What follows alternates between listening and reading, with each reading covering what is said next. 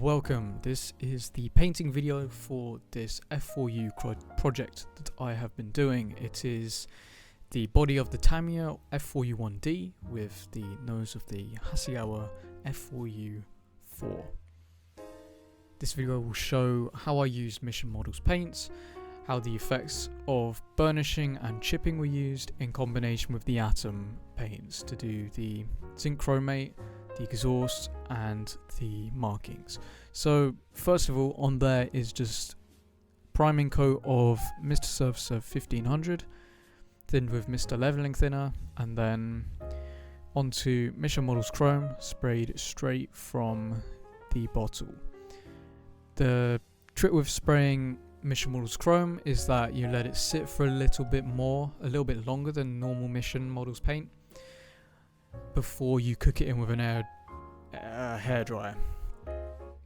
The paint reacts very well to heat, so that makes painting sessions really quick, and you can pretty much just instantly start chipping straight afterwards. So that's Mission Models Thinner.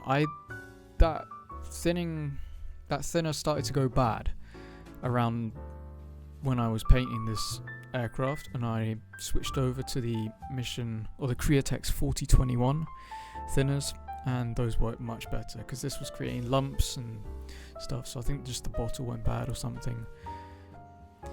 Yeah, so that's the Atom yellow going in, and we're aiming for that bit of consistency. Get an eye for it, and then yeah, you can just eye it, and then it looks alright going down. So yeah, now go down pretty carefully, well, not carefully, specifically around the areas that I expect to have the most chipping.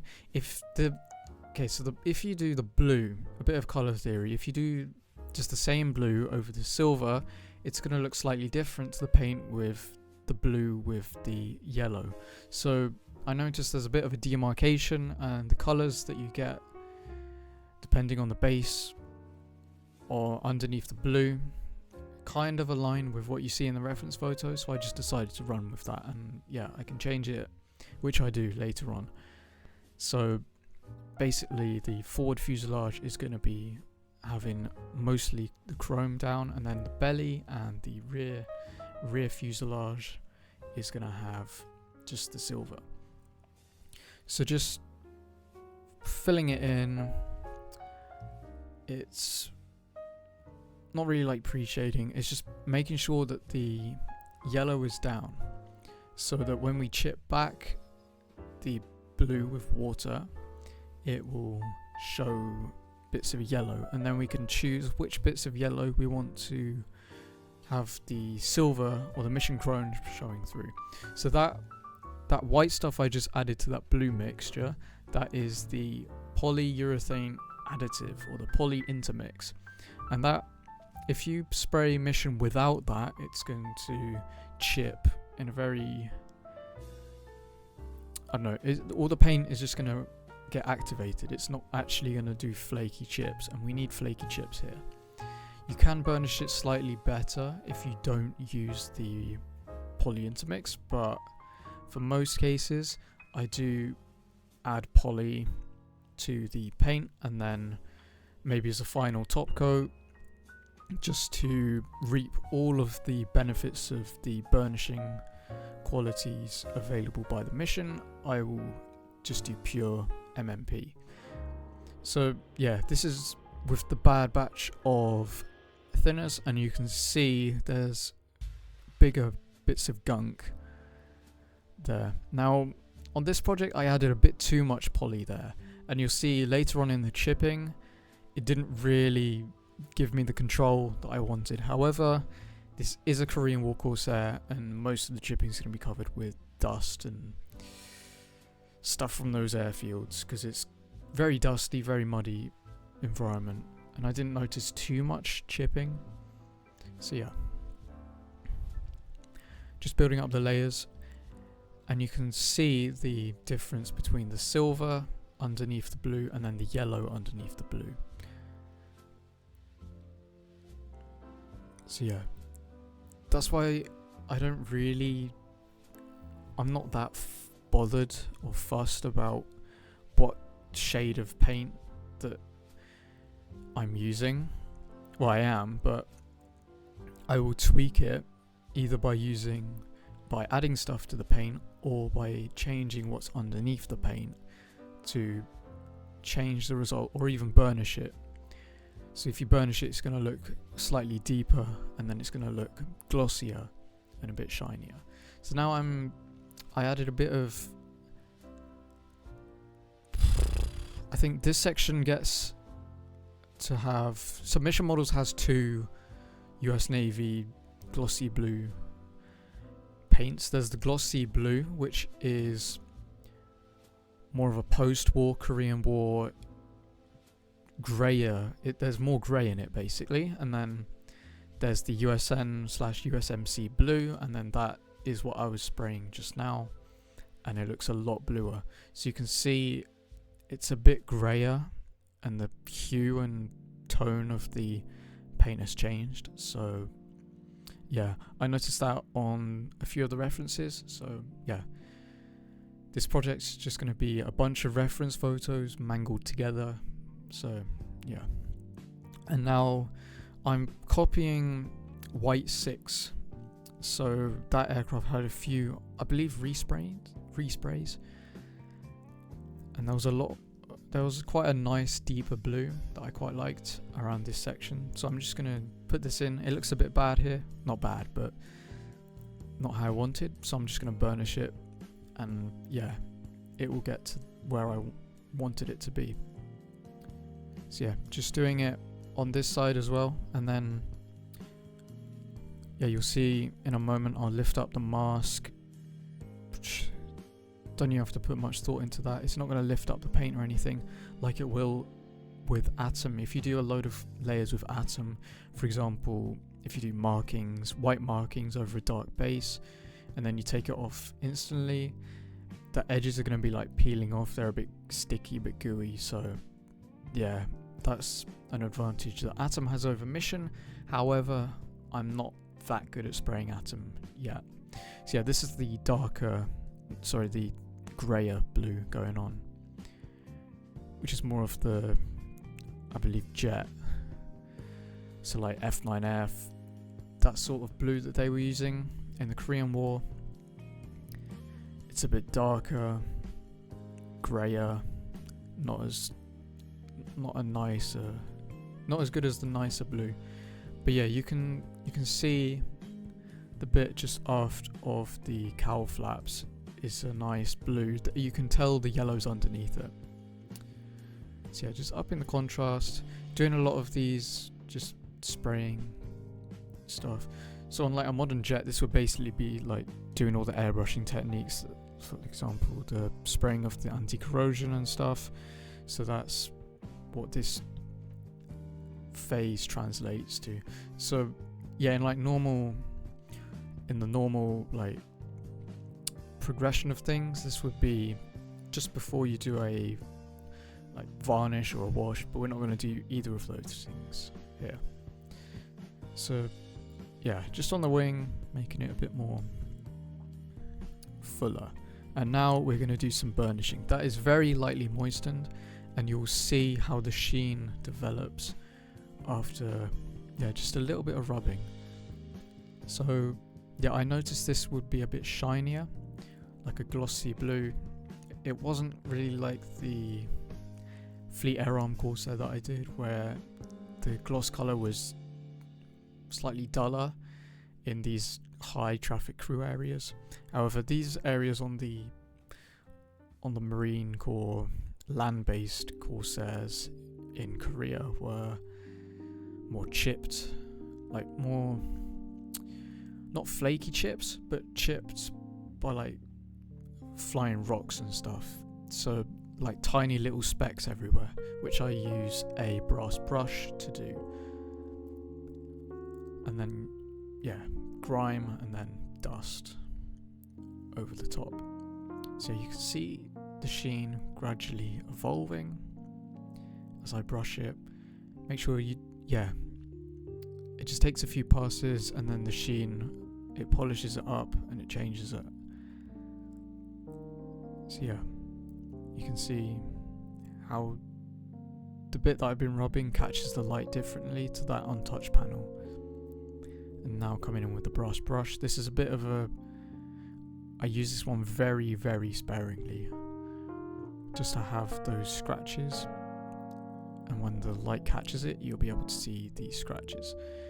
And then doing a bit more burnishing here, because this is where the pilot is going to be entering the aircraft, and obviously that would polish this area up a lot more. And now we are on to the wing root. I like this area of the Corsair, the Tamiya Corsair, because that's a separate part. The, I don't know, radiator, the little intakes in there, that's a separate part, and usually I add like a tiny bit of a step, like a minute step, and the brush will catch it and chip it. I added too much poly here.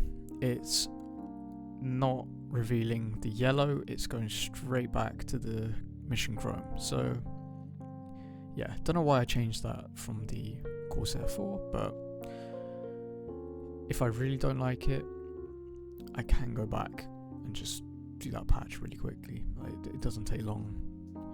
With a hairdryer and whatnot, it'll probably take 10-20 minutes, including chipping.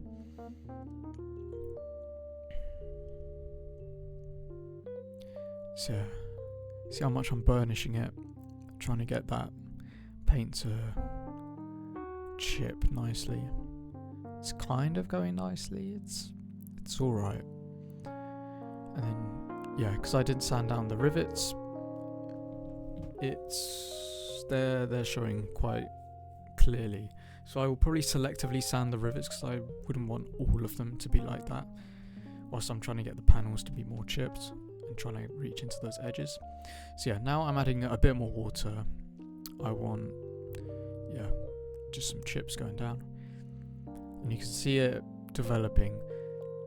This area, like that reference photo is showing right now, is on Korean War Corsairs. It's mostly either the chrome, the metal showing through, or the zinc chromate, and it usually does not include the gun barrels. So I will probably go back in, mask the gun barrels, put some silver down, and then chip it like that, and then yeah, blue it around the silver, and then really do that, really put some time and effort into the leading edges, because it's a pretty characteristic bit of the aircraft. What I also could do is add some yellow over the top. If I wanted a yellow leading edge, I could do that, and then chip back the yellow so it looks like it's been chipped. I could do that, maybe. So yeah, just using this old Airfix brush, I think. Yeah, there's a bit of filler, some Revel filler that's still on there, because I use this brush to stipple on the texture for Tomcat's JDAMs. Not JDAMs, sorry, GBUs. Yeah, that's what I put on them. Yeah, just putting the texture on the GBUs. And yeah, you can see how it's developing. I've created a bit of a line there. I'm going to try and disrupt that by just making it a bit more jagged, going a bit deeper in some areas and then a bit shallower, because you don't want it to look too natural. Like, I've got a big brush that I'm doing now, and I've come in and chipped away on purpose. You want it to look natural.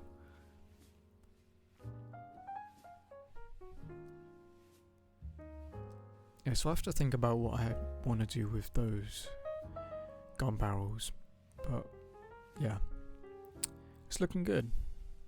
Now I have dipped this Q-tip.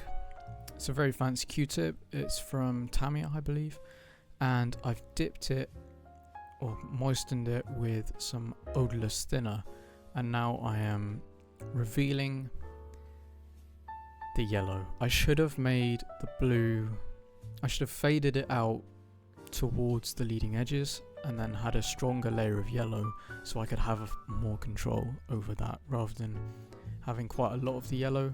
Like, yeah, you couldn't see that much yellow on the leading edges, so I might just come back if I want that effect. So now we're using Montex masks and Atom white. The reason why I'm using Atom over the Mission is because, as with the chipping and the yellow, you can use odorless thinner with a Q-tip or a brush and then touch these up if you have any overspray. So this is the tail. It's VMA 323, and they had Whiskey Sierra on their tails. So I noticed on one of the references that they had an S, and there was quite a lot of overspray. So I'm doing just the inner bit that hasn't got that much overspray, and then I'm going to come back in and do the overspray. So that's some nice demasking. Love a bit of that. Now you can see that there's a bit of a line where the mask has gone down. So when I come back to getting prepared for the oil paint rendering stages of the project, I will probably come back in with some Mission and just restore that sheen. So you can see I've got a bit of overspray, no big deal, just get rid of that with just a bit of odorless thinner. Now I saw one reference, I think it was a Navy one, Navy Corsair 4, and it had an old insignia old bit of stars and bars showing just on the top. So I tried to recreate that. I used the odorless thinner to remove most of that, so it's extremely faint, but yeah, you get rewarded if you study the aircraft in person. Well, I've never been to a model show, so I don't think you ever be able to see this in person. The decals are also on this aircraft currently, and I put the decal down, used a lot of the green cap Mr. Mark softener, like 10-15 layers of that, just to cook the decals in, and then I put a varnish over it, and then around the varnish or around the decal I restored the sheen of the Mission, because the varnish will just delete it and the sheen is very important. So yeah, that's the varnish going down.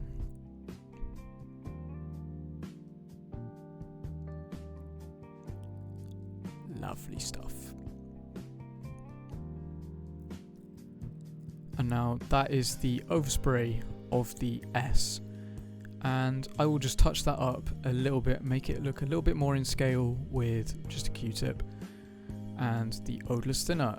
Like that overspray on just underneath the rudder, that was removed really easily, as well as that line of white on the first dip in the W.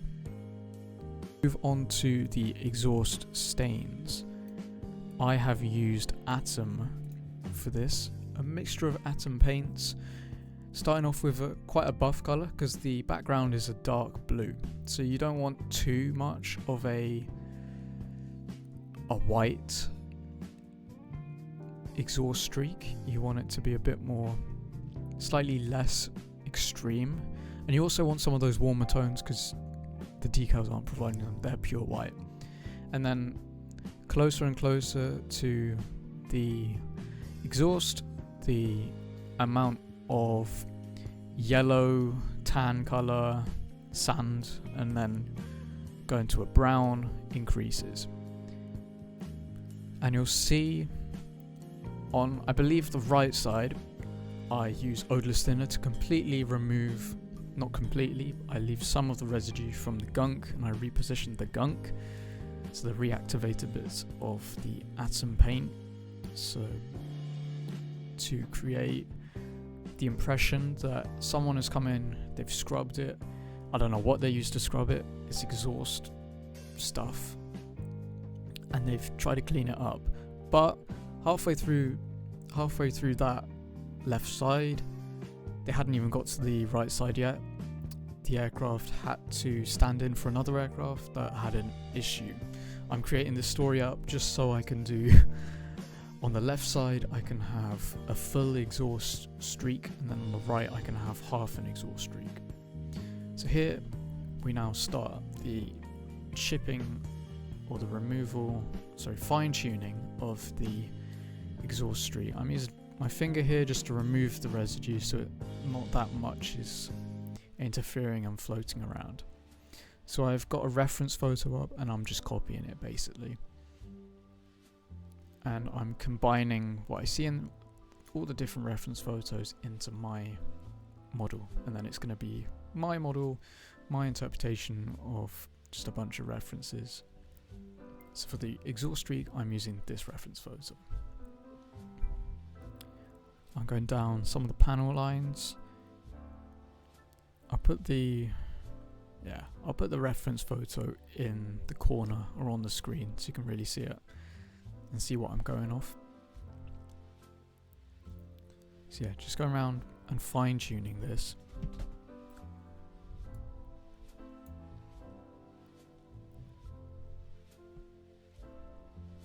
I've sped it up so you can see this probably took around 20 minutes, and yeah, it's a pretty quick process. If this was like hairspray and stuff, like you got to do like so many coats of varnish, hairspray, make sure the hairspray doesn't create like